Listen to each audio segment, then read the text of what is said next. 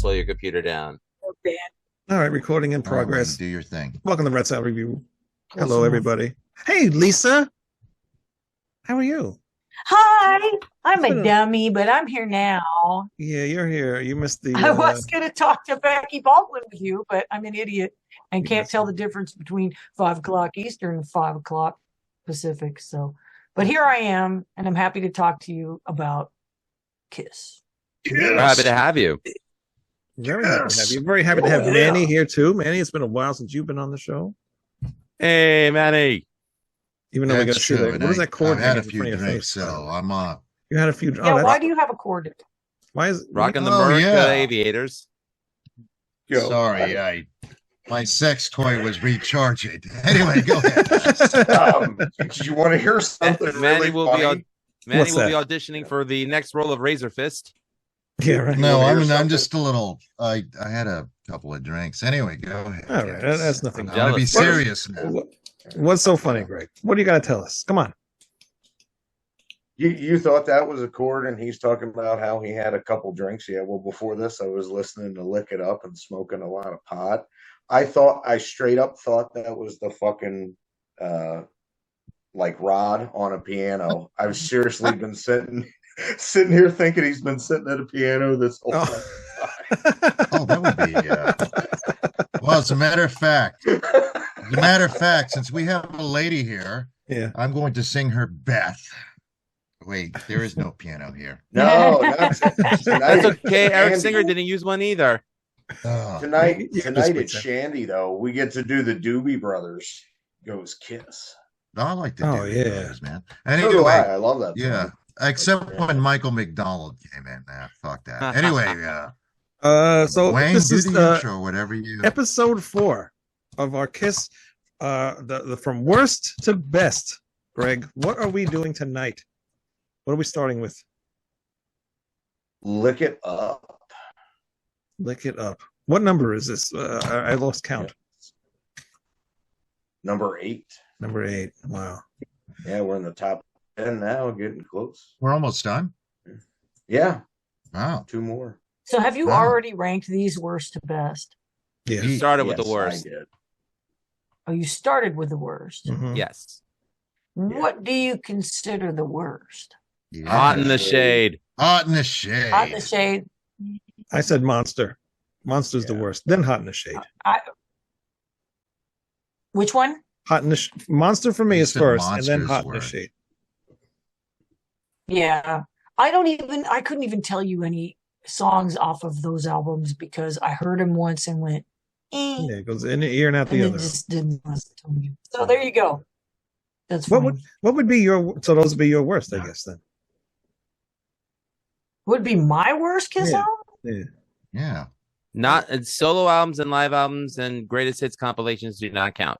Okay, well, I would probably start with Hot in the Shade because it was disappointing.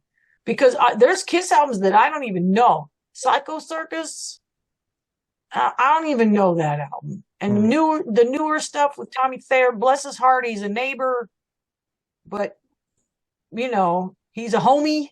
I actually used to walk by the house where they used to rehearse Black and Blue, you know. Yeah. So it's like he's from this neighborhood, but it's just the music doesn't do it for me, man. So any one of those albums, just pile them on the worst pile for me. Doesn't Bless Your Heart have an alternate meaning in the South, though? Well, okay. I was going to say It my does. grandmother used to say that when she thought somebody was being stupid. Yes. Oh, Yes. bless his Yes. heart. Bless Exactly. his heart. Yeah. Well, it has multiple meanings. Yeah. All right. Well, lick it up, Greg. Start this off. Let's go. Yeah, Greg, start it off for fuck's sake. Anyway, Come on, go. Greg. What are you waiting Well, for, fine, Greg? Come I on. will. Hurry up. You come on. I'm I will fucking come doing on. it.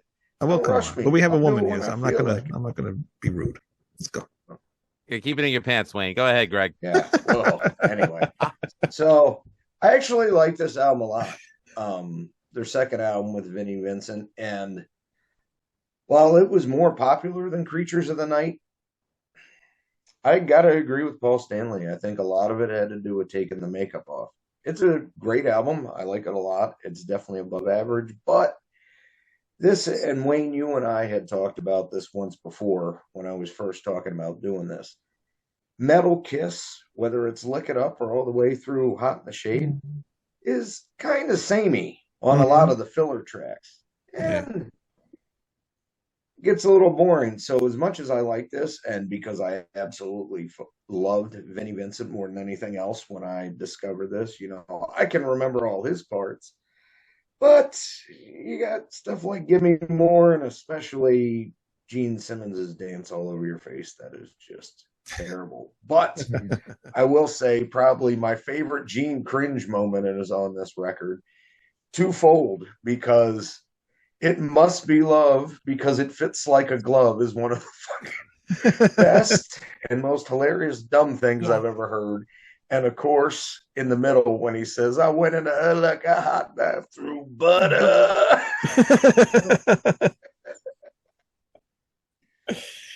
Thought it was awesome when I was 10, but now it's so campy. It's great. The ironic thing is they played that in every concert from the Lick It Up tour up until Crazy Nights. I don't think, maybe Hot in the Shade, I could be wrong. But Gene wanted the crowd to sing back to him through butter. And that's why there was that long pause between when he'd started. And he's like, oh, no one's singing it? Screw it. Started, Paul. Like, that's what would happen. And my favorite ballad of theirs is definitely on this. A Million to One is just a great song.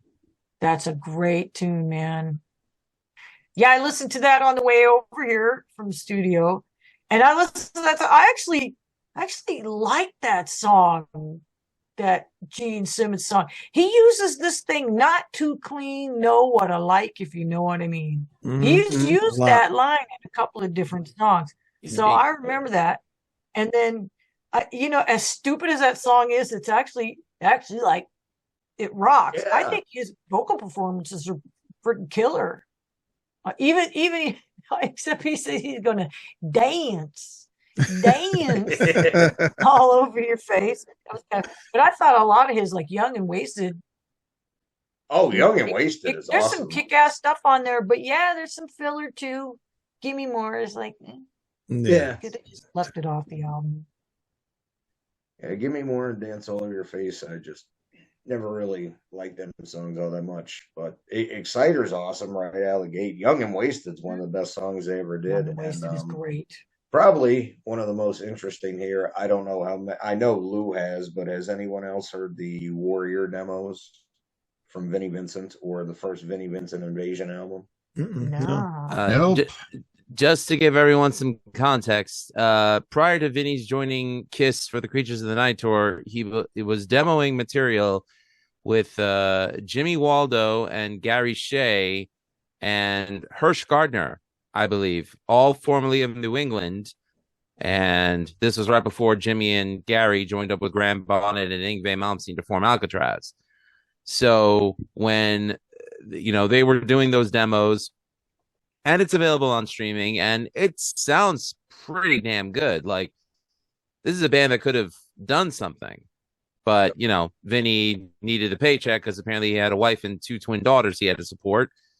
What? He had sex? Yeah, then, not now, but then. But fortunately, he blew it after this tour. So, yeah. But anyway, all that was a lead up to say it's interesting to hear how Gene changed it, mostly lyrically, because it's pretty faithful to the Warrior demo. But On the Eighth Day is essentially the original version of Boys Are Gonna Rock.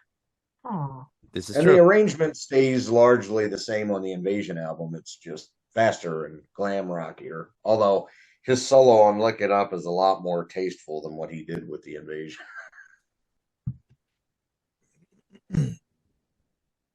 I mean, he could definitely play fast, but that's one of the things that makes his performance great here, though, is he's a little bit more restrained. Although they still used Rick Derringer on Exciter to teach him a lesson. Oh, is that what that was about? Okay. Yes, because they were restraining him, and he just fucking would not obey when they were doing solo takes. So they were like, well, you know what, buddy? You can be replaced, especially if you don't sign that contract, and we're going to show you right now. Which he never did sign the contract. And Rick Nope. Derringer did a killer solo on that track. Yep. I think that was around the same time he was recording Real American, actually, come to think of it. Quite possibly. Yeah. All right, Manny. But I like Lick It Up. I was 13 when it came out. Well, looking back, when they took off their makeup, I remember really being excited, even though I'd only been listening to them for maybe a year, like when I was 12.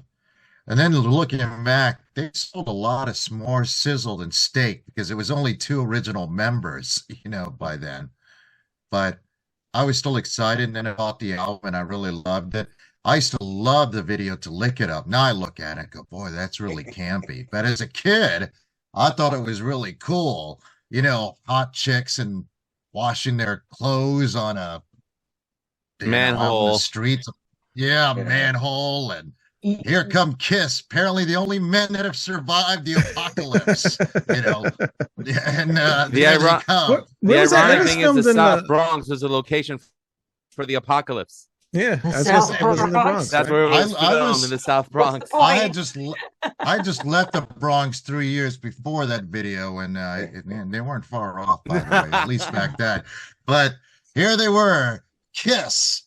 Well, 3 men and some dude that played guitar. Anyway, here they are to claim these chicks. It was wonderful. Anyway, I really liked the album. At the time, Kiss were considered a heavy metal band. They wouldn't now, but yeah, I know what you mean by the term heavy metal Kiss. Because by then the genre had formulated and started getting rules, and people knew what heavy metal was. But I think it's a great album. I think Michael James Jackson did a great job on the production. He kept it lean, kind of like Eddie Kramer did. But he punched it up to sound enough to make it sound modern, so they don't sound like a 70s throwback band. Also modern enough where kids who didn't give a rat's ass about early Kiss could get into them. So I thought that worked, for 80s standards. But overall, I think it's a great song. I like every song on the album except Give Me More. I like Dance All Over Your Face. It's ridiculous, but it's great. What is that song that, like hot knife through butter? It's like a glove. Granted, he set the women's movement back about 20 years with those lyrics, but it's still a great song. And A Million to One should have been a single. But overall, it's a great album. And I don't think the rest of their 80s catalog was quite as strong as that. I mean, at the time, I thought so, but I really, I think it's probably either that or Creatures of the Night is probably their best 2 albums from the 80s. But keep in mind, I'm an easy fan to please. I just got to put my critic's hat on when I do this show to criticize it somewhat. But I like the album a lot. On the 8th Day, I like that song, but that's semi-shitty. I mean, it's just, on the 8th day, God created rock and roll. Now, what would have been cool is if on the 8th day, they had made a sequel to the Lick It Up video where they were walking through and they picking up more chicks. Anyway, that is my You take. sure you're not setting the women's movement back 20 years? I'm I sure didn't create the double standard. I only live by it. Go ahead, Greg. I'm sure he pitched it as a full song, but there was no way they were letting his contradicting little ass get a full songwriting credit on an album without some interference. Actually, you did bring something up. I think I'm not going to go as far as to say that Vinnie Vincent saved Kiss, but Vinnie Vincent had a hand, I think, in writing every single song on there except the 2 Gene Simmons songs, right? Yeah. He wrote Fits Like a Glove. Yeah, I mean, he'd written with them in the past, as far as I know. It's Cusano, right? He wrote on Creatures. Yeah. So I think he helped them become better songwriters. Oh, definitely. I think so. Stanley was already there, but I think he helped. What the hell, Wayne? I don't know. This is what happens, man. This is just what happens. Deal with it. Things Wayne, It happens. Gee, He's it recording. happens. Anyway, as I was saying, I think the album, that's the main attraction for that album. And I think a lot of times I'm really into like album covers, and it's like, does the album cover match what you're going to hear? And I think it really does, because they look sharp. The background's white. It looks really clean, and the mix is very clean. Even though like some of the performances are pretty raunchy and dirty, like Gene and Young and Wasted. I think it's one of his like nastiest performances ever. But the album still sounds crisp, and it stands up. It doesn't sound really dated. Yeah, I like Animalized. I do like, but I think I like it because I grew up with it. I can't imagine like my 13-year-old child digging it. It sounds too 80s, but I agree with you. Like you listen to Animalize, and that is just pure 80s. You go to Crazy Nights, pure 80s. Very Lick hair it up. bandy. Yeah, Lick It Up. It's got a nice heavy sound, but yeah. Yeah. It's 80s, but it's not that. And the it's not the cover is cheesy great. 80s yet. No, except for All Hell's Breaking Loose. Yeah. I am cool, man. I know. Breeze. It's such a great song, except he's It like is. rapping. What are you doing, man? It's Yeah. a great song. Yeah, I guess that was their attempt to sneak in a hip hop, but I'll give them a little bit of credit even for that, because that really wasn't in the mainstream. Run DMC hadn't hit big, That's true. Really, I mean, who is around him? Blondie with Rapture. Yeah, but I love Deborah Harry, but that's not that good. No offense, Deborah Harry. I think Fab Five Freddy would disagree with you, sir. Well, again, though, you know what? I'm looking at it from 2024. In 1978, Rapture was really, really hip and groundbreaking. It's like we look at Aerosmith, Run DMC. It doesn't sound that groundbreaking now, but just the fact, it sounds so stupid looking back. The fact that you have two young black artists with a older white artist is enough to make it a headline, which is so silly because we're all just people, but different era, I guess. Worlds were colliding at that time. Well, that was back in the day when MTV wouldn't even play black artists. Well, that's another history that's kind of forgotten about. Yeah, it was, they wouldn't play Michael Jackson, and then Thriller came out, and they were like, "Well, here's this video with a bunch of zombies dancing around. Are you going to play it, or we're going to pull our entire catalog?" I think was it Warner at the time? They were on CBS. Sony artist at the time. And they said, yes, Sony. And they said, if you don't play Michael Jackson, he's our hot property, then we're going to pull. And they were like reluctantly playing Thriller, which became like the biggest freaking thing in the world and the coolest thing that all the rockers liked, and everybody liked Thriller, man. So yeah, it was kind of like worlds collide.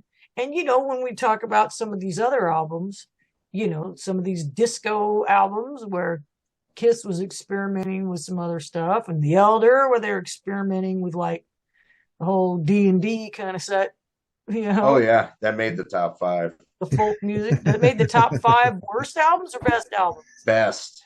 I love that album. Me too. That's what made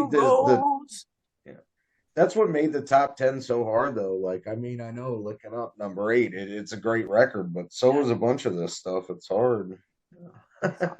Yeah, and it's kind of interesting, Lisa. You're right. Worlds were colliding, but it's funny how times have changed, because in the 60s and early 70s, it wouldn't be unusual to see Grand Funk Railroad, Black Sabbath, and Kool and the Gang on a bill, or B.B. King, and the Doors and Blue Cheer. Or in the radio together. Yeah, or in the radio. Radio stations that they'd play Frank Sinatra, and then they'd play, Crosby, Stills, and Nash. And it's kind of crazy if you listen to the Casey Kasem, I guess, as a state does a radio program. They play the top 10 of whatever, the 70s. Most of that stuff you forget. It was forgettable then. But what's amazing is how diverse the charts were. Yeah. And I think part of what made everything so narrow is MTV and radio programming. We call ourselves metal fans, but we're really music fans, because we don't just listen to metal. We listen to everything. For yourself. I only I listen to think metal. that's lost. The Yeah. newest or the most recent album I actually bought was Yarbrough and People. Don't Stop the Which Music. is Oh, right which is- on. anyway. I All right, will Lou. let Lou. Lou say his piece. I'll let our guest Lisa talk first. It's fine. I I'm thought she done. did already. Yeah. Oh, you done? Yeah. Oh, okay. I done Wayne, did you it. want to go? Go ahead, Lou. Okay. All right. This is actually my 9th favorite Kiss album. My 3rd favorite album that they did in the 80s. I love every song except for the title track. I am sick of the song Lick It Up as much as I am sick of Hotel California, Enter Sandman, Stairway to Heaven, Pour Some Sugar on Me. If I never hear this song again for the rest of my life, I'll be happy. And it's just, which is odd for me to say because I do play this with one of my cover bands, but the people actually sing it. So I'm like, okay, the more you like what we do, the more you drink, the more money I make that night. Thank you. Appreciate it.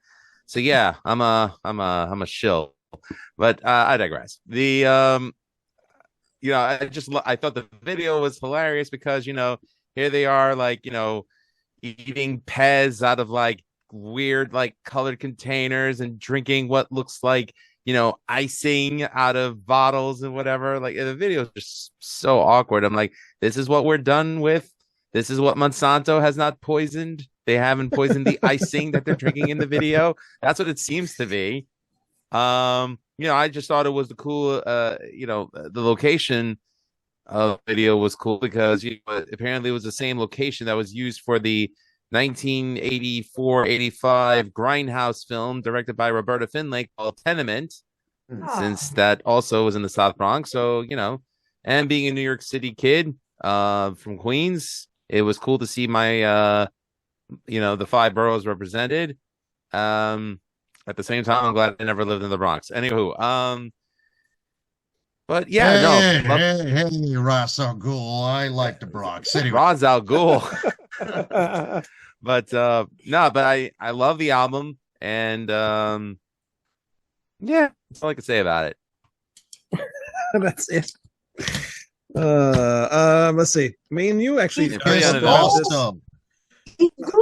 No.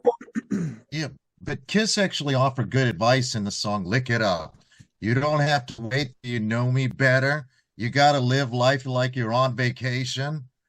Oh, I got I'm gonna weep. It's so beautiful. All right. Yeah, man, it meant something to me as a teenager with a really shitty life, and I got teased and like shit in school. They picked on me in high school, and so just listen to that song, and it was inspiring. I mean, it's corny, but it's life affirming. It lifted my spirits. My spirits. It's not wrong. I mean, you gotta live life like it's not a crime to be good to yourself. Is it silly? Maybe, but it's not wrong. So but it's not wrong. Yeah. That's all right. There's one thing I did want to add though. I do hold this album up with a lot of the other 80s hard rock and metal albums that came out at the time. I mean, that was the year that we had Bark at the Moon from Ozzy. We had Shout at the Devil from Motley Crue, which was the last good album they did, in my opinion. And another one, Vices from Wasted, Pete Way's band after he quit UFO. So, I would say for the hard rock at the time, Kiss released an album that rated better than most. Yeah, definitely. Mm-hmm. All right. Except the Fastway album, Greg. The Fastway album was really good. Yeah, not Fastway, but I do like it better than like Metal Health, and I love that record too. I still like that album. Wayne, what were you going to say? Because it's your turn. Can I fucking talk on this show? It is my show. No. Whatever helps you sleep tonight. 3 words. Bobby Leatherlungs Lucas. Go ahead. Have a good night, everybody. Go ahead, Wayne. You got 30 seconds. Wayne. Manny, me and you did this album not too long ago on Almost Human. Am I frozen? Am I here? Am I You frozen? are hear there. We can hear You are there, but you are frozen like Mitch McConnell. Oh, there you are. I really gotta. Go ahead. He had a Mitch moment. But anyway, we did this on Mitch Almost Human, McConnell. and when we did that show, Yeah, I'm we like, did. I really don't like this album that much. But then, as we're talking about, it, I'm realizing I like almost half the album, so I'm an idiot. So it's not as bad as I remembered it. This one I always kind of just like throw to the side, and I hate that album cover, by the way, because Vinnie Vincent's head. It's not supposed to be on that Does body. not match. It doesn't match that body. That's not his body. I don't know where his head came from. I don't know.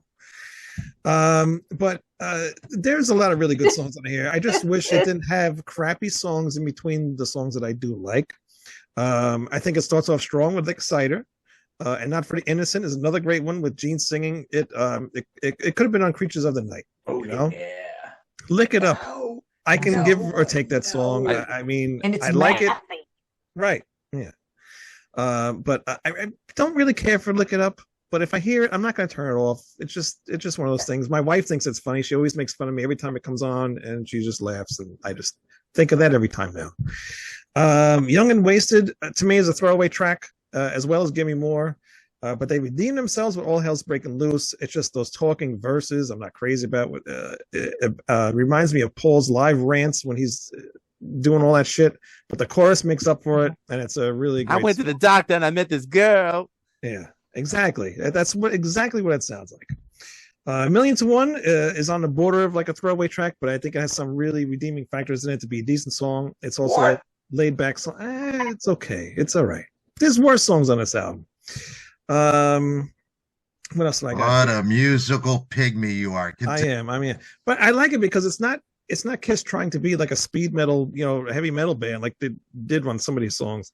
The ones I don't like. But Fits Like a Glove and Dance All Over Your Face. Again, I think those are forgettable. But on the eighth day, I think the album it ends on an anthemic theme, and I think it's a really good song. It's not the best song on the album, but it's a cool song to end the album with. It's very catchy. It's got a catchy chorus, and it's a decent song. So I do like this album. I've changed my mind over the years, and it's not as bad as I remember it. Well, And that's very nice. And I thought I was the one that was drunk. All right, Wayne. Go to hell. What's next, Greg? That really hurts, man. That really hurts, man. I'm sensitive. All right, go. Another one of my personal favorites, which seems to be everybody's favorite album to crap on, including Gene Simmons, Unmasked from 1980, which, yes, okay, there's some disco parts to it. But you know what this really is? It's a nearly perfect power pop album. Maybe not what people wanted to hear from Kiss at the time, but I would throw What Makes the World Go Round and Tomorrow up there with any Carr song from the time. It's really written and played that well, I think. And also, if this is the album that embarrasses Gene most, he's full of crap. He's got to be talking from a money perspective, because if we're talking from a writing perspective, it's definitely something from the late 80s.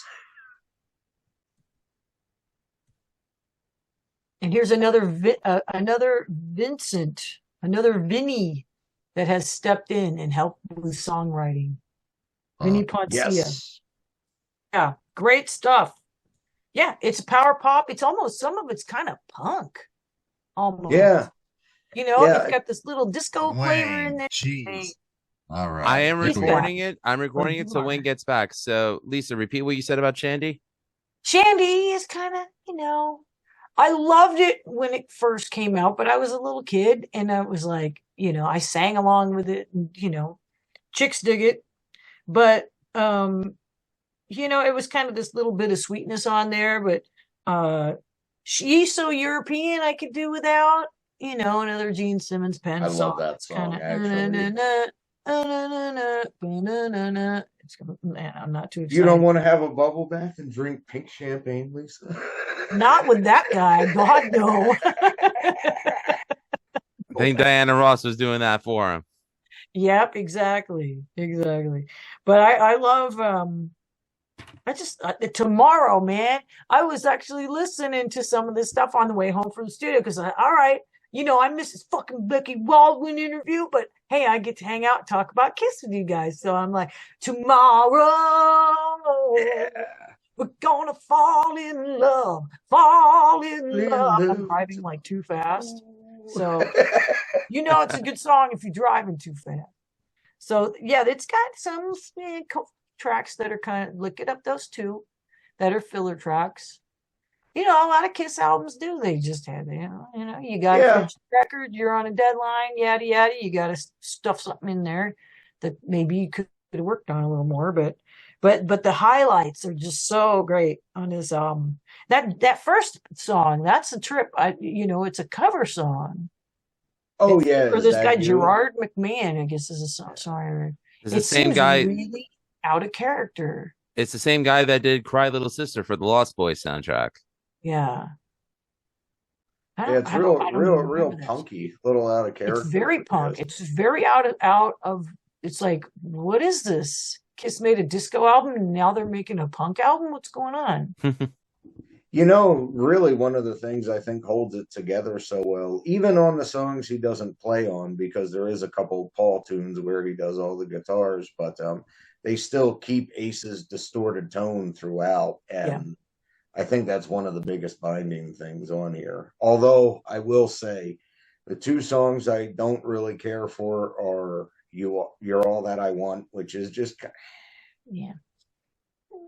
of there and kind of fades out, but I was never a big fan of Torpedo Girl. I mean, yes, it's goofy, it's Ace, but it has a really strange rhythm to it that's kind of clunky to me, and it's hard to get into. I like it. I think it's good because it is goofy. But it doesn't make me like want to shut it off, though. I'm just not crazy about that one particular song. But I know you don't like She's So European. I do, but that's whatever. But I love Naked City. Oh, best song on the album. Track. Yeah. It's funny because what I think of now when I hear it and just the time period it was and the power pop and the disco, my first thought earlier was, it's almost like the Demon for yuppies. It's the Wall Street Demon.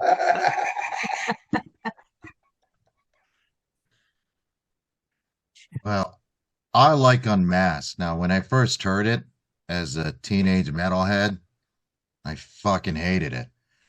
But now I think it's brilliant. Is that you? Is that you crawling up my stairs? Is that you trashed out in 17? I mean, I lived that. It was freaking wonderful. Anyway, that's that was like half of my dating life, crawling up the stairs. Never mind. We have a lady on. Sorry about that. Anyway, I love that song. What's the next song on after that? Shandy. Shandy. I actually like Shandy. I love Shandy. I do too. It's a great song. I just got sick of it because I played it. I loved it so much when it first came out. I played it 5 million times. As a matter of fact, I met someone who was very friendly. Her name was Shandy, who I hope does not listen to this show or she'll never be friendly again. But anyway, she doxed her, dude. No, it was great at the Long Bar. It's a bar hangout. You guys are welcome to show up when you're in Florida. Anyway, her name was Shandy. And I played the song, go, look, this song about you. And I go, I can't believe that cheesy line worked. God is good. Anyway, I like that song for that reason alone, but I like that song. Torpedo Girl. Yeah, he can shove that up his ass. I don't like that song at all. But it's too corny. Tomorrow, great power pop tune. It's amazing because power pop didn't really do jack over here besides the Knack. I don't know if you want to throw a Cheap Trick in that category. I would. Cheap Trick. Yeah, but the Knack, Nick Lowell, who later got a hit with Cruel to Be Kind, was in the power pop. Dwight Twiley, all these guys that nobody remembers except musical archaeologists like ourselves, Donnie Iris, Aaliyah, yes. Oh, that's good. Oh man, great song. But I just think it's well written. overall, it's got kind of a punky attitude, though. I doubt Kiss were, spending money on Sex Pistol albums, but they definitely it definitely has an attitude, and it's really surprising how well that holds up. Because I used to think Dynasty was a better album, and I still love Dynasty, but I think Unmasked is better overall. And the producer, Vinnie, how do you say his- yeah, it's ironic because he started working out with Peter Criss on his solo album, and then when Kiss hired him, he's like, "Get the fuck out of here, Peter." It's just kind of sad. That, and then the other part to it, which it's funny because it's a situation where Kiss is super popular and they're out there constantly everywhere and well known, and people are going to criticize their decisions no matter what. And yes, Gene is an asshole and Paul can be as well. But, a lot of people are like, oh, I don't understand why they absolutely just didn't want him there, even Ace and blah, blah, blah. And, what he did on the Dynasty tour was fucked up. And all three of them felt it was unforgivable at the time, and he was just getting deeper into the coke. And I'm sure you guys could relate as being musicians. I mean, you just don't stop playing during shows and sabotage them. No. What's amazing also about that period, their first album came out in 1974. This album came out in 1980. How many albums is that already in that stretch of time? This is their eighth official studio album. I mean, that's insane. And between that tours and I just crazy. I mean, that's what, a 6-year period? It's amazing. Cranking them out. Yeah. I mean, thank God they did that. Or some of my favorite artists like The Doors or Jimi Hendrix, you'd have one album, but it doesn't surprise me that bands today don't have the kind of loyalty these don't. It's not because they're not any good. 9 Inch Nails, if you were 15 when they put out the first album, the next one you're 21, and the one after that's 27, and after a while you're not going to keep up. You're not going to lose interest. It's not going to be part of your life, where this stuff was part of our life. Still is. Well, in 9 Inch Nails case, though, that had the opposite effect. I mean, you had 89 Pretty Hate Machine, then 92 you had the Wish, the Broken EP. And then 94 was technically the next studio album, Downward Spiral, and that blew them up in the stratosphere. But at the same time, I think that was also because of the change in the tides of what was happening in music at the time. Well, yeah, and I also think, I mean, I didn't want to turn this into a Trent Reznor discussion, but I think Trent Reznor is actually a very talented songwriter. Whatever you may think of that music, he made industrial music palatable for the mainstream. Yeah, exactly. Right. And where Ministry made it big, but but Skinny Puppy didn't. I mean, where there's a whole list of bands we could talk about, but yeah. But my point is that if you wait that length of time, your loyalty. Yeah, I mean, if 9 Inch Nails toured tomorrow, yeah, they would sell out every show. I'm sure of it. But that would be more of a nostalgia factor than based on any new music they've created, I would agree with that. You could say that about Kiss and all these other bands, maybe. But Kiss had enough material to build that nostalgia on. That's my point. Anyway, go ahead. Your turn, Wayne or Lou. Wayne, what the hell? We're doing Unmasked. Unmasked. All right. A lot of people hate this album for the disco influences, and I get it, but that doesn't mean there aren't good or even great songs on this album, which I think is why Greg has it so high on his list, and I would too. I remember we actually talked about this album about maybe 2 years ago, right, Greg? Yep. Yeah. And after years of always dismissing it myself, I would find out that I actually do like this album. The album opener, Is That You? It's a great catchy rock opener. Shandy brings the album down a bit, but being a ballad, and I honestly should hate this song because it really does have that sound of its time that I really don't like from other bands, but I actually love this song.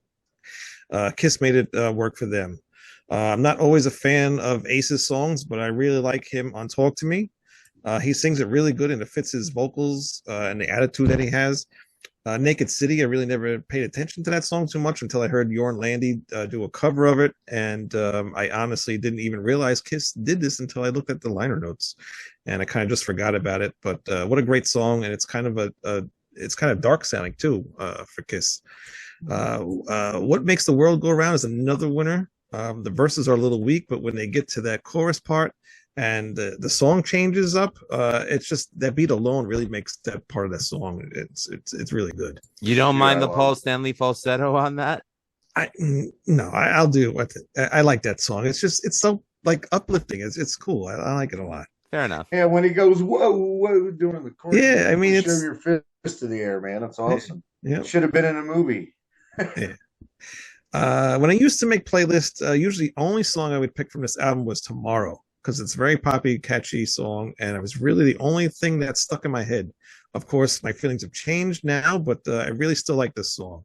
There's two really good Ace songs on this album, and the other one is Two Sides of the Coin. I think this one is much better than Talk to Me, but it's not a slouch either, or either one of those songs are any slouches at all. For some reason, Ace seems to really be into these songs, or at least seems like it, just from the recordings. Because other songs, you can tell it's kind of like, these songs he seems to be into. She's So European. Man, it's a tongue twister. Is a throwaway track for me. Easy as It Seems is a decent song, but the album is starting to fall off a bit here. I do like the song though. Torpedo Girl. I've had enough for Ace. I've had enough of Ace for one album. The album ends with You're All That I Want. Not the best song on the album, but not the worst. And I'm fine with how this album ends. I really think a lot of people just overlook this album, but it's actually really, really good. Great. I did want to bring something up. It's kind of interesting that Kiss got so much shit, but the Stones, one of my favorite bands, had Emotional Rescue, Miss You, big disco beat, Rod Stewart, Do You Think I'm Sexy? And Rod Stewart started out with the Jeff Beck group.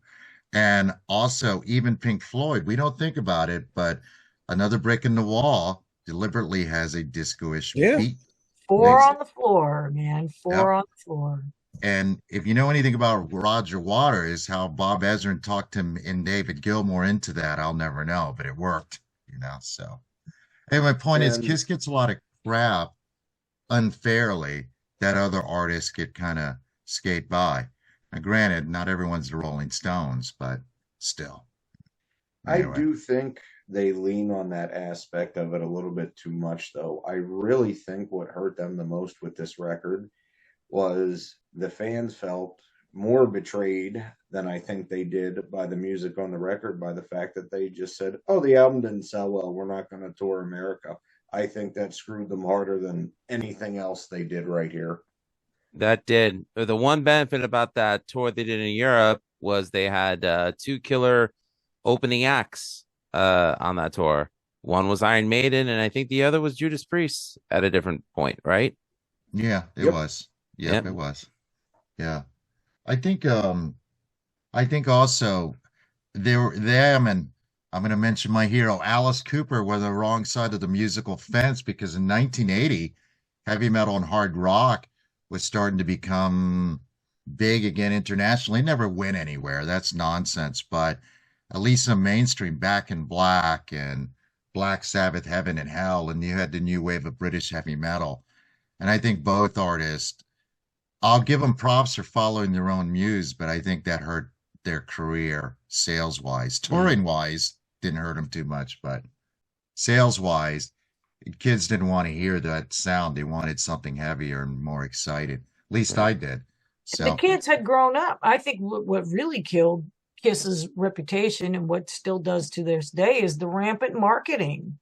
Was, fucking, I loved that shit when I was 8 years old. I had a Kiss yo-yo and a Kiss plastic guitar, a little Kiss van, and I had Kiss dolls, and, and I, get these Kiss shirts where you could, iron it on, and shit like that, and it was, they were a kiddie band, and that's what Ace and Peter hated about it.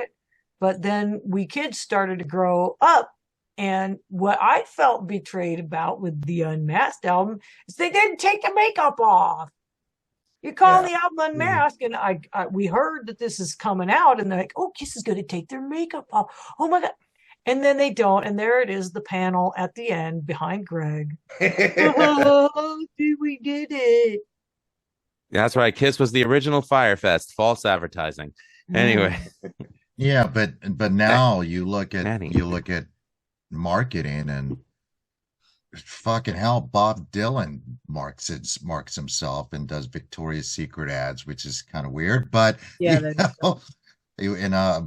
point is that they were somewhat ahead of their time, because look at marketing now. I mean, how many Funko Pops are there of whoever, and action figures, and Iron Maiden Monopoly game? Who would have thought? Yeah. You know, yeah. Don't tell me anything, Manny. Oh, there you go. But you know, it I do agree with you, Lisa, because back then, when you marketed yourself that way, that was looked down upon, and I think that's another reason critics hated them. And I think you're right, because kids started liking Kiss because of Kiss dolls, Kiss bubble gum, and blah blah blah. Yeah, nowadays nobody gives a shit. Staring at me right now. Huh? I know. I wish I'd bought those damn things when I used to see them for $1 back in the day. But anyway, but I think you are right, Lisa. Back then, the standards were, I don't want to say higher, but more snobbish. You know, it's definitely looser now. But back then, UFO wouldn't have had yo-yos with their logo. You know what I mean? No, they just had Michael Schenker in the band. Anyway, I love Michael Schenker, but you know, we got older, and if it was kind of like Kiss was like they're a kiddie band, you know, and that was kind of how when I first saw Rammstein in the U.S. in the 90s, and I was like, man, this is great. I love this dance metal and fucking, you know, I love these guitar tones and stuff, and I'm going to go see Rammstein. And I went to go see Rammstein. I was like, they're all a bunch like 14-year-olds running around. I was like, oh, they're a kiddie band in America. They weren't in Europe, but in America in the 90s, they were a kiddie band. I still love Rammstein. I still love Rammstein, man. Cool. So, Stick with Scorpions. So anyway, so my opinion on Unmasked, this is actually my number 14. The only reason why it's so low on the list is just because I love everything else that much more, but I still love this record. So to me, this is just Kiss trying to go the route of the Raspberries, Cheap Trick, the Cars, the Police, and all the other power pop and new wave bands. You know, we already established that they opened up with Is That You, written by G. Tom Mack, who wrote Cry Little Sister for the Lost Boys soundtrack. That was the best route to go for opening the album. Shandy and Talk to Me are both great pop songs. Naked City is one of the best Gene songs ever written, and in my opinion, is the best song on the album. What Makes the World Go Round is just not good. Sorry, Wayne, I disagree. Okay. But the album does pick up to me for me with Tomorrow, which I think it's a perfect power pop anthem, and it's my second favorite track on the album. I'd love to hear a version of this sung by Robin Zander of Cheap Trick. I think he would do a killer job on it. Two Sides of the Coin, fun ditty, nothing earth shattering, but better than your average filler track. On the other hand, you have a shot of Arsenic with She's So European. That is a tongue twister. She's So European. That song's just dumb. One of a kind, all of the time. What the fuck? Na-na-na-na. Next, you have a double shot of Indifference with Easy As It Seems and Torpedo Girl. But funny story. Man. Hold on, I have a funny story. Man. I have a funny story about Torpedo Girl. So I was 14 when I discovered this album. So this is 94. So what does every 14-year-old boy go through? Puberty. What's every 14-year-old boy looking at when they're talking to girls? Boobs. So every time I spoke to a girl, I would always be looking down this way. Couldn't help it. It was, you know, the time. And that song would just pop in my head every time. And I'd hear the same three words. Eyes up here, Lou. Eyes up here. But, you know, I was 14. I didn't touch them. I just looked. And untucked your shirt. What was that? And untucked your shirt. Oh, no, I ran. Hold I ran so far away. Strategically. Anyway, so say at least I compensated with that story, Greg. So next you close this album with "You're All That I Want." I genuinely love the song, but I prefer the demo version released on the 2001 box set. I got this album because when I was a kid, my brother Tony, for my 14th birthday, bought me two Kiss concert VHS tapes, which was Alive 76 and Unmasked 80 in Sydney, Australia. And the Unmasked tour solidified my favorite Kiss lineup with Gene, Paul, Ace, and Eric. I liked the songs I heard and wanted to hear the rest of the album. The 3 songs they did were Shandy, Talk to Me, and Is That You? All 3 songs came off great. I wanted to hear more. Wasn't disappointed, just shocked that it sounded so poppy. But if this album did anything for me, it taught me to appreciate well-written pop tunes written by a rock and roll band. So I say Unmasked is significant for that. Yep. Excellent. Golf clap. Thank you. Well said. Good job. But yeah, no, I mean, I love Easy as It Seems. That's cool. It totally sounds like he wrote it for Donna Summer and then said, screw it, let's use it in Kiss, but it works. It could have been a Donna Summer song that I think about it, yeah. It could very easily be a Donna Summer song. Some Madonna. Well, All right. my buzz is wearing off, so we're gonna have to get to the next All right. one. This is the last album. Greg. Rock and Roll Over, where they drop all the pomp and ridiculousness of Destroyer and go back and make an album probably as close as they ever got to the energy of the first album again, but with great production. It is, a lot of people call them wee dumb rock. This is probably the pinnacle of any dumb rock album there ever was. Like my buddy's brother said a long time ago, I can't stand that one because all they do is sing about fucking and fucking. And you know what the next song's about? Fucking. Well, please, people like blues. Oh, it's so deep. No, they're singing about fucking. Yep. So don't worry about it. They might not be the kings of metaphors, but save it for your thesaurus because this album is awesome.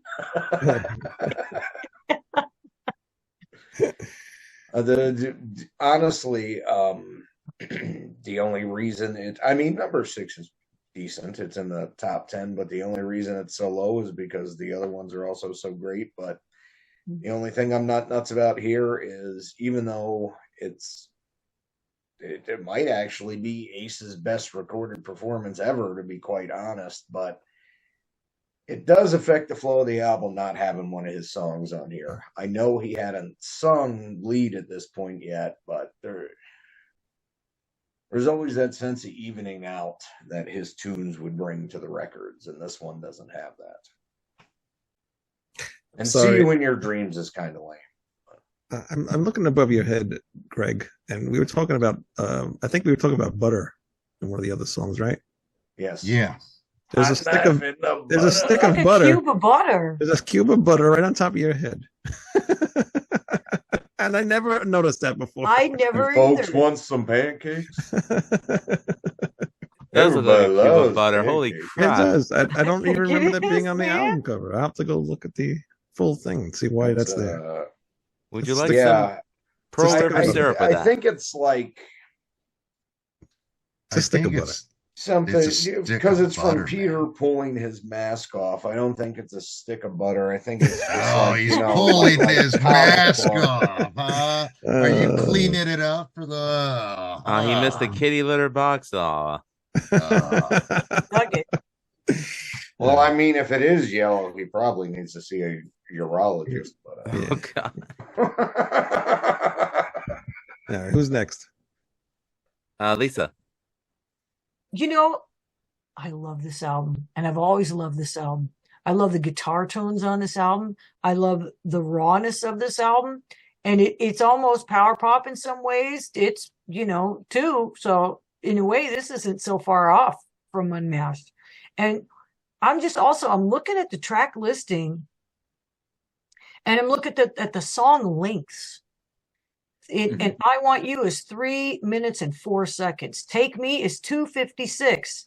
Calling Dr. Love is like the longest song, and it's 3:44, but that's because it's got that big long outro.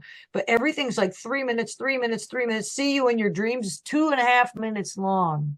And so this is like the letter to the editor, New York Times, kind of pop songwriting that was, in the day, kind of the standard of the day to try to get the 3 minute song, because you can get a 3 minute song on the radio and you can't get a long song on the radio. But also it was just hit it and quit it, man. These songs were, I mean, Ladies Room, as corny as it is, Mr. Speed, I think Mr. Speed's my favorite song on that record. Oh yeah. But you guys gotta hate me. I love them all, man. Baby Driver's kind of and which is a bummer because I love Scamp Henridge's co-writes with Peter on his solo album. But and Calling Dr. Love is also and one thing I love about this album, and I think is really overlooked about this album, is the creative arrangements on the album. And just like here, this guitar happens here, and then this guitar happens here, and then this bass line is in between. And it's just really there's a lot of points where nobody's doing the same thing. And it's really cool. So I love this album. I would have put this, thanks for inviting me in the middle of the whole, rating them in order thing. I really appreciate that, because I was feeling really depressed about earlier today.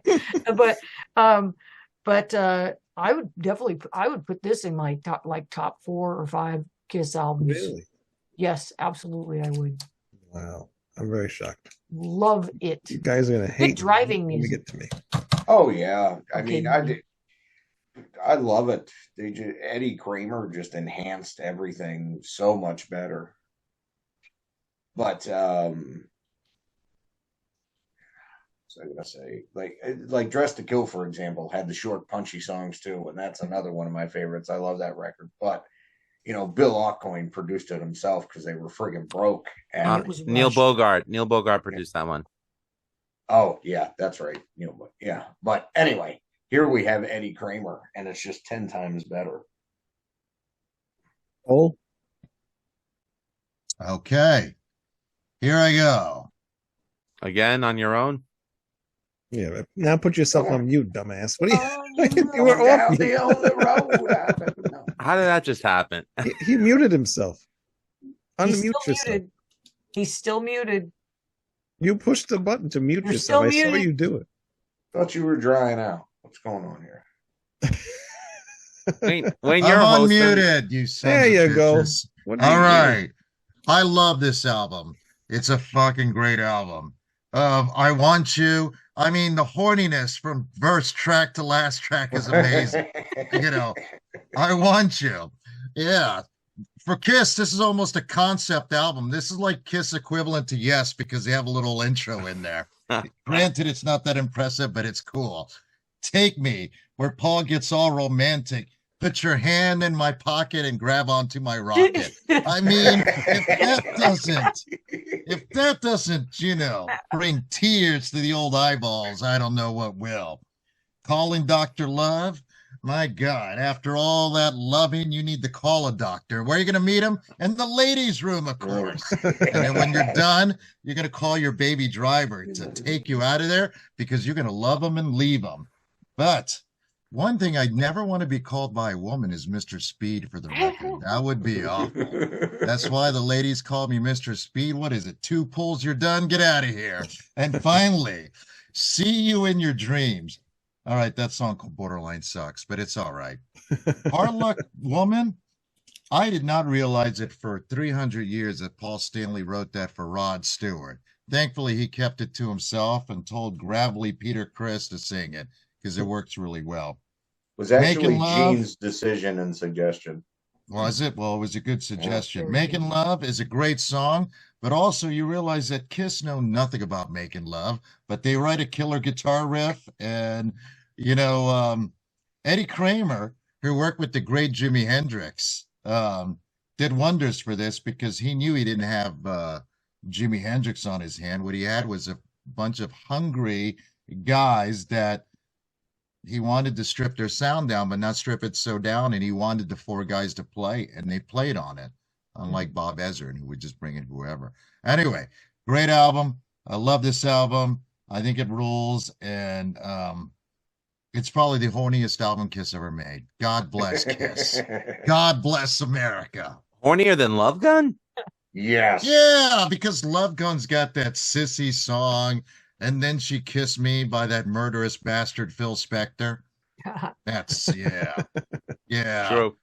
Yeah, they should, Phil Spector should have come in the studio and shot the engineer when they were recording that song because it's awful. But this anyway. record's so horny, it's greasy. Oh, it's really horny. Just like a good old jazz record, like Jimmy Smith back at the Chicken Shack. Oh, got an STD just listening to this album. In the ladies' room? Oh, man.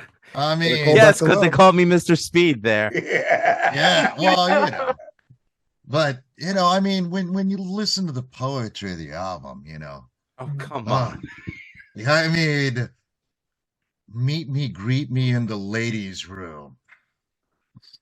I gotta stop. I get all emotional just thinking about it. Just thinking about it. There's something to be said for dumb lyrics, Yeah, I know. It's wonderful. I think these are the worst, though. Dumb lyrics. For me, honestly, though, like, even when I first heard this, like, yeah, I like the lyrics as a dumb kid. Sure, they're easy to sing along to. They're fun, whatever. But yeah, that's Ace's performance on this is just amazing. That was what always captivated me about it. And that's what's great thing about Eddie Kramer. Bob Ezrin's a great producer, and Eddie Kramer is a great producer. I mean, Eddie Kramer worked with Led Zeppelin and Jimi Hendrix. This guy's not some, slouch. But what I liked about him is he insisted that the four guys play. And he recognized what a big part Ace Frehley was of that sound. Also, he just let them write their songs. And I don't know how Eddie Kramer, I don't know if they brought in a batch of songs and Kramer goes, no, that one's good, that one sucks. I don't know. But all I know is he did a great job on the album. And I got to see a presentation from him at NAMM some years ago, Eddie Kramer. And he seems really gentle and easygoing. His personality just seems like he like you would want to work with him and you would want to work for him. And so he brought out the best in the band, I think, on this record, their performances, So, yeah, it's a really good observation, Who's next, me or you? You want me to? And that's you, Wayne. It's your turn, Wayne. We should just start calling this Wayne. Wait a minute. Are you gonna give musical pygmy-like opinions? Because I need to prepare myself. Well, Manny, I don't think anyone could top you after your beautiful description. Yeah, no, that was good. It was too good. Mine's just rambling. All right. First of all, the album cover alone is very iconic. It's probably my favorite album cover of theirs. I love that soul-looking thing and the way they got the kiss around the album. I forgot to mention that. That is cool. I agree. It's really cool album artwork. As far as the music goes, for me, there's some really great songs on here, but there's also some songs I just don't like at all. Starts off with I Want You. They fool you with that acoustic intro, but they come in blasting. I really like that song. I can do without the song Take Me, but the album picks right back up again with Calling Dr. Love. But again, I can do without Ladies' Room, and holy fuck, Baby Driver can just fuck off. It picks up a bit. Love Him and Leave Him. Fuck you. Yeah, fuck you. It picks up a bit with Love Him and Leave Him, but I'm still not crazy about this song either. It's just repeating that chorus seems lazy. Mr. Speed is just there. See You in Your Dreams. I'm back to liking something on this album. Hard Luck Woman, one of the very few Peter Criss songs that I actually do like. And then the first time I heard the song ever was when Chris Gaines himself, Garth Brooks, did a cover of this song. I thought it was really awesome, and then I had to go back and hear the original version. I love this one just as much. It's probably my favorite song on this album, to be honest.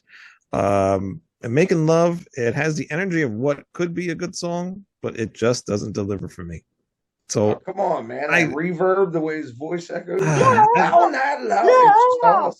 And what about the drums at the end when they, Yeah, it's fun. That riff, it doesn't do Yeah. it. You can just picture a horny teenager. He's got to go in the house in 10 seconds. And all right, I know I've got to finish when that drum part gets in. And That's why the songs are so Yeah. short. yeah. Chugging his bottle of Yeah. Lowenbrow before Yeah, he throws it over the Songs are so fence. short. And I wish we I just could gotta like this get- album more than I do, and I just for some reason I just can't. I guess What's it's the wrong with you, lyrics. man? What's I wrong don't. with you, There's a man? lot of stuff wrong with me. You don't want to know. But they got cool stuff, parts like that. But it's just some songs just don't deliver like they should. I don't know. But some of the lyrics don't really work well. What do There's you a lot of mean, catchiness dude? of Kiss isn't there with some of the stuff. I What don't are you know. dude? It's This just not album for me, is- man. Okay, I love the album artwork. Dude, this album is catchier than STD. That's how catchy it is, dude. Are you kidding? Catch you Like- the measles, man. Yeah, man. I clap Listen, for the clap from this album. Yeah. I Go ahead, mean, Lou. you know, ahead. I put knew your you didn't head wanna on my be- lap. I told you. moonlight I told you shining weren't on gonna like your what I had head. to say. And I'm sorry. And Tony Dio, he loves this album too. It's his favorite Kiss album, and I feel bad not liking his favorite Kiss album. But it You is what it should is. feel Go ahead, Lou. bad, dude, because I do, but I really don't. Manny, I really Manny, don't care. Manny. My Man, turn. shut up. Thank you. Oh, sorry, Lou. Go ahead, Lou.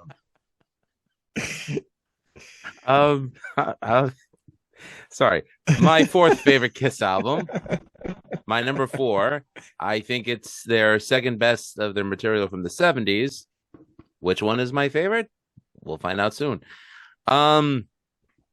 Yeah, I mean, oddly enough, I discovered most of the songs off this album first on the Kiss My Ass tribute, and then from what I saw on the Unmasked tour. That's Kiss My Ass tribute. That's what I couldn't think of the name of that thing. Right. So I ended up getting the album shortly. Actually, oddly enough, at the time I returned Unmasked because I wasn't really that big of a fan of it, and got this instead. Thankfully, they were both the same price, $3.99 at Nobody Beats the Wisp. But I digress. You know, I just really fell in love with this album. I mean, to me, it was like the antithesis to Destroyer. You know, like here's Destroyer, like this great album, like full of bombast and, you know, Bob Ezrin's freaking, you know, his DNA all over it. Cocaine And then- decisions.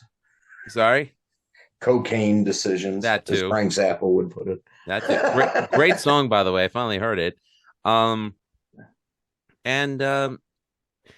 You know, to me, it's like this was a continuation of Dress to Kill, but not only was it a continuation, but for me, it was an upward trajectory.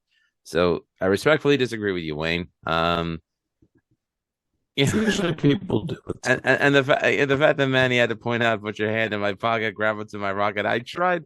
I didn't want to repeat that because, like, it's the funniest line ever on the album.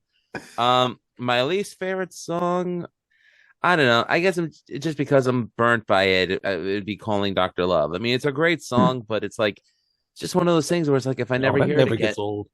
yeah, it's like if I never hear it again, I'm not going to be sad about it. My favorite song on the album is Making Love.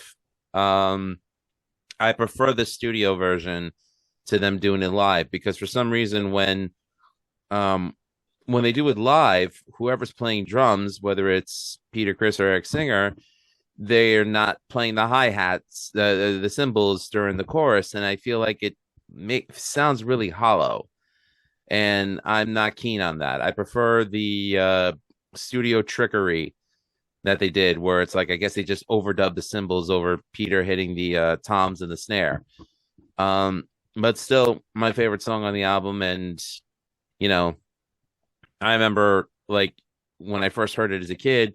When I started playing guitar, that was the song I was like, okay, I'm gonna learn how to play this song and do the solo from start to finish.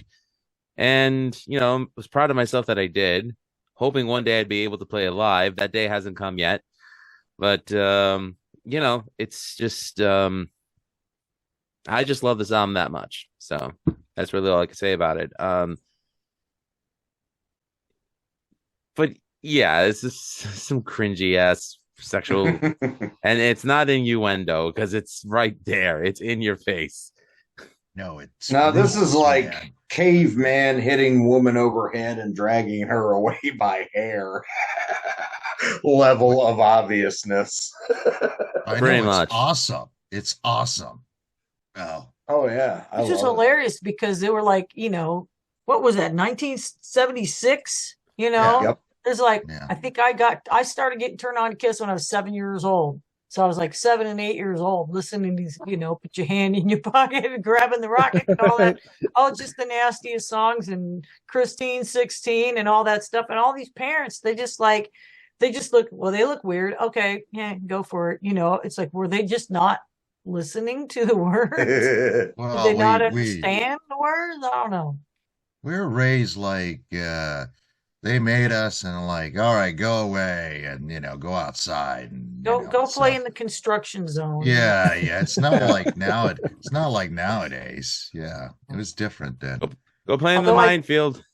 I did have a friend with a very Christian mom who, when Born Again came out from Black Sabbath with the evil baby on the cover, she saw that, and that was the last straw. She took all his metal albums and burned them in a garbage can outside and made him watch. What a I'm bitch. I'm really glad that the satanic panic of the 70s and 80s actually helped those bands sell more records. But as far as what it did, because I mean, I consider myself a non-denominational believer, and I for all my friends out there who may believe or not, I don't care. I love and accept you as you are. But it's just it drives me crazy because like the wackadoos that are all like, burn the albums, burn the apples, burn the albums. I think I'm hungry over here. Y'all give people like me a bad name, so stop it, okay? I don't want to be lumped in with you. Thank you. I don't blame you. Well, But I'm we gonna do get like out of baked here. apples. I I'm do gonna like get Baby outta Driver. here. What? You do like baked apples, though. Oh yeah, of course. Well, yeah. Well, All right. I'm out of here because I'm gonna find a woman who's gonna put her hand in my Pocket and grab onto onto my your rocket. Yes. Hopefully not some little girl who didn't grow up in Daddy's Big World. Ooh, got a rat reference. And I hope her name's not Christine. No, it's I don't know. I do names. Shandy. They just say, hey, just call them babe or whatever when you've had Well, enough. so, if you saw her coming out of school that day, Oh, that day that you day. knew. You had to have her. But just remember, Stay Manny, away. nothing gets you slapped faster than saying, I want to put my log in your fireplace. Just remember. You know That's what? not a good pickup line, huh? That is where down. you're wrong. I picked up 2 ex-wives that way. No, I've only been married once. That Winger concert was one of the best nights of my life. Dude, that parking lot was the bomb. All right, I gotta get out of here. It was nice meeting you, Lisa. Honestly, most of the time I am a lot more quiet than I am tonight. So, Great. yeah, but Love you, Manny. love you too. And Wayne, the reason you don't like the lyrics because obviously in high school nobody grabbed onto your rocket. No, I what did a though. I grabbed onto my own rocket. Anyway, Lee. Well, I Wayne, do that all the Wayne time. prefers a rocket ride. Yeah. All right, Kat. Goodbye, see you Manny. later. Goodbye, Manny. Lisa, you haven't been on here a while. What the hell's been going on with We you? miss you, girlfriend. I miss you too. It's been elder care mostly in my life. So that and trying to have a career and trying to make a new White Crone album. I actually will have a single coming out soon. We just listened to it today in the studio. It will be called Prognosticator, which is a lot of letters. Yeah. He's like, I'm gonna make you a work mix, man. Prognosticate. It's a lot of work, but it's slamming. That track is a lot more like power metal and speedy, and yeah, I'm very proud of it. The artwork is just dynamite. The artwork is going to make people shit. Oh, who did it? There's a guy named Misha Mono, and I found him on Twitter. And I actually found him. He was escaping from Russia because he's in his early 20s and he knew he would be conscripted. And he was like, screw this. I don't want to go kill people in Ukraine. So he was leaving. And in order to raise some funds, he said, he's had his laptop with him, is still creating art, still had art, to sell. And I looked at some of his stuff. And I was like, damn, this is amazing. And I saw a couple of the pieces and I said, well, if you altered these pieces, they would be perfect for my album. And, the back cover is going to be, kind of a concept for one of the songs for the title track. So I've been working on that slowly, but also we've got my mother-in-law from Brooklyn in the house. And it's very time consuming, but she deserves it. She's a lovely person. She's a lovely lady, and she's easygoing and very grateful for all that my husband and I do.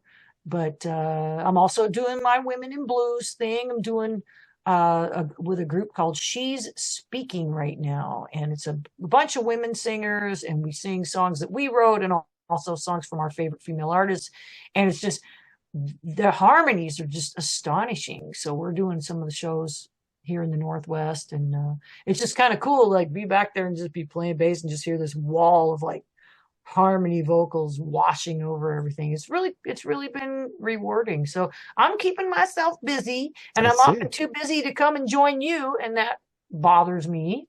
So, bug me, even though I say no a lot, keep bugging me. I know. I always see all your posts. You're always doing something, so it's hard to get a hold of you. So, hey, but it's better than not being busy and not having anything to do. So, well, I suppose that's true. Could be. You're making the money. You gotta make that money. Try, well, at least try. More than we are, right, Lou? We ain't making no money. You gotta be off mute, Dad. Great Alice Cooper song, though. I said, of course not. We're hobbies musicians. We make no money. We don't make any money. Well, we don't make any money either because everything we make, we just gone. Yeah. But you still have your White Crone and Splintered Throne CDs. Where can people go to buy those? I do. Yeah. Bandcamp. Go to Bandcamp. White Crone, CRONE. Maybe I got little props over here. I don't know. White Crone and Splintered Throne. Here it is. This is my White Crone album right there. Oh, can you see it? Can't really see what the there it is. So very 60s, 70s, and 80s. Lots of Easter eggs too. Somebody just said, "Oh, I heard that accept Easter egg in there." I was like, "Now, will the new stuff kind of sound the same as that album?" Or it will sound a little more modern, and it's going to be less Sabbathy, I suppose. They're going to have the foot that was in the late 60s and early 70s has moved forward in time to more late 70s, 80s kind of sound, and more modern sounds as well. I'm even going to have like kind of a folk metal kind of a song on there that's kind of an epic tune. That'll probably be the only song that's more 70s. It's good, but it's I think there's just more excitement on there. There's going to be a song with Vinnie Appice on the drums. Cool. So, and we actually recorded that track a while back, and with the intention of putting on the second album. So, yeah, it's just slow. I mean, when you got a life going on, when your day is kind of broken up, there's a reason a lot of these bands would go to some castle in England or something to go songwrite together. Right. So they're not bothered. Because it's really hard to, take care of somebody all day and find the time to really focus on some songs. But, heck, I made the last album in my spare time, so I might as well. Yeah, if it worked the first time, so might as well continue that. Plugging away at it. Yeah. You guys crank it out, man. Very cool. Oh, you guys work hard. We're on the 4th album already. Wow, it's amazing. Yeah. Waste no time. We could any day now. Something could happen and it'd be the end of Seven Angels, so we might as well just continue, right, Lou? Well, unfortunately, the only thing holding us back is me, because I have to finish one solo and then the second solo, and it's just. I mean, I work full time. I'm a husband. I'm a father. I do this. I run a side business. I drive Uber. You know, it's like if I didn't have these to play during my lunch break, I'd go crazy. But sometimes I don't have that luxury. So, but you know, you make the best of it. I'm just glad that we're 3 albums ahead at this point, Wayne. Yeah. So it's a lot of fun. We don't tour, so what else are we gonna do? You know? Yeah, it's just a creative outlet. You know, I mean, and if people want to say, "Well, you're not a real band because you're not out gigging," listen. In the end, it's the songs that matter. Okay, and Lisa writes great songs, and I think we write some pretty great songs too. Might be worth too. Well, plus we all heard Wayne's Kiss story. He really likes cranking them out. He loves a rocket ride. He loves a rocket ride. Anyway, you can pre-order the new Severed Angel album. And he thinks he's going blind. Yeah, you might go. I heard that you can go blind. But yes, go to Splintered Throne and whitecrone.bandcamp.com. Support Lisa and check out Absalon. Bloodseed is now available on streaming media, but if you go to roxrecords.com, right? Or is it nolifetillmetal.com? It's either or. And you can pick yourself up a copy of this. Wayne and our singer and / co-guitarist Alex Rapetti is also on this record. So I highly recommend it. I think it's as good as Skyward, which I can't wait for that to come out on May 3rd. And yeah, just go to severedangel.com, pick up your copy of the first album, and we'll have new merch soon. So make sure you go to severedangel.com for that. And Rat Salad Review has not been updated yet, but it will be soon. But you can go check me out on freeworld.fm every Wednesday night, 10 p.m. Eastern. I will be playing music, interviews, all that stuff. Lisa is going to be on there at some point. We gotta get her on that show. And yeah, hit subscribe on YouTube right here, and we will see you guys next time. Until then, goodbye. Are you tired? He's You've dead. just been going and going all day, huh, Wayne?